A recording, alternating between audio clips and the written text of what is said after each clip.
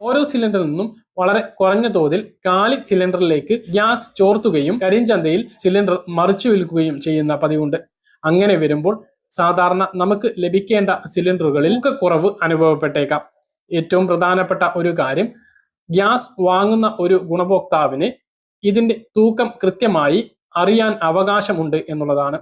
29.5 kilogram ആണ് ഗാർഹിക പാചകവാതക സിലിണ്ടറിന്റെ തൂക്കം മൊത്തം വേണ്ടത്.